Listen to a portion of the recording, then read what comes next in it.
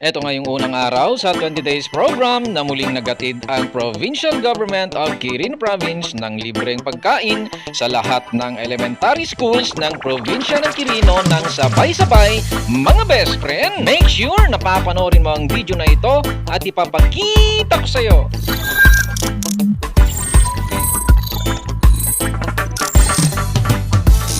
Zamora Elementary School nga ang napili nga natin na puntahan bilang unang araw nga sa 20 days na pamamahagi ng Provincial Government of Quirino ng libreng pagkain sa lahat ng elementary schools ng lalawigan ng Quirino sa ilalim nga ng I Love Quirino Cares Bantay Kalusugan sa Paralan Program under the leadership and initiative of our beloved leaders, our Governor Sir Dakila Carlo Cua, with our Congresswoman Ma'am Midi Cua at kasama nga ang walang sawang suporta ng ating ama ng probinsya, our Honorable Sir Juni Cua. Mga best friend, at ilang sandali nga lang ay narating na nga natin ang Zamora Elementary School dito nga sa Cabarugis, Quirino. Mga best friend, good morning to everyone. Ako po si Ginang Rizalita Perez ng Zamora Elementary School.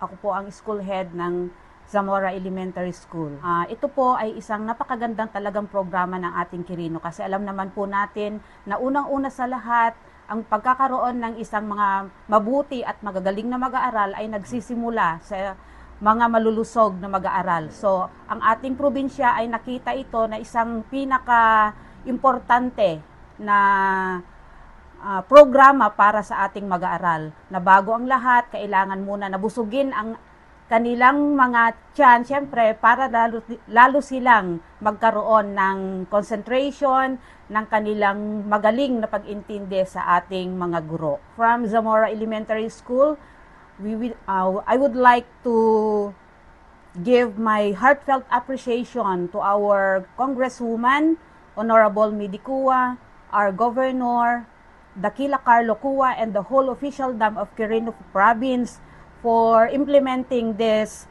Bantay Kalusugan, I Love Quirino Cares Bantay Kalusugan program para sa lahat ng mag-aaral ng Quirino. Thank you for your support in promoting the health and well-being of our learners. Your generosity and commitment help ensure that our pupils stay healthy and focused and always ready to learn. We truly appreciate your continued care and partnership in making a positive difference in the lives of our dear children. In behalf of Zamora Elementary School, maraming salamat po at mabuhay po ang Quirino Province. Yan lang po at magandang umaga po sa inyong lahat. Naimbag nga bigat na kadag tayo amin, siyak ni Mrs. Reynalyn Miranda Gonzales.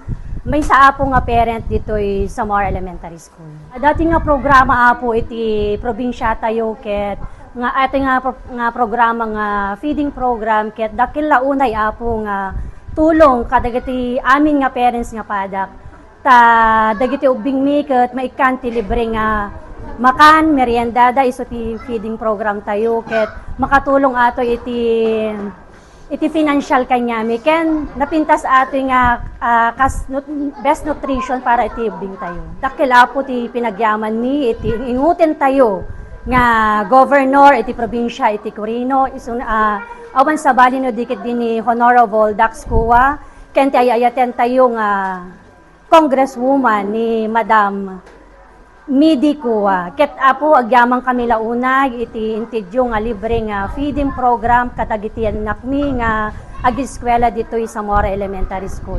Agyaman na po. Thank you, Sir Dax and Ma'am Midi. at kung sakali mang umabot ka nga sa parte ng video na ito, ay maaari mo bang i-comment sa comment section kung isa ba sa mga anak mo ang nakatanggap nga ng feeding program nga na ito, mga best friend. I-comment na rin kung taga saan ka para malaman ko din kung saan aabot ang video na ito. At kung sakali mang hindi ka pa naka-follow, baka naman, favor naman mga best friend, baka pwede naman po ninyong paki-follow at suportahan yung isa kong Facebook page, Best Friend ng Quirino. Mga best friend, ito po ang inyong pong kaibigan, best friend Moto, na nagsasabing, when you ride, live your pride, at sa Diyos lamang umasa, at huwag sa maling akala. Sharing is caring mga best friend. See you po in my next video.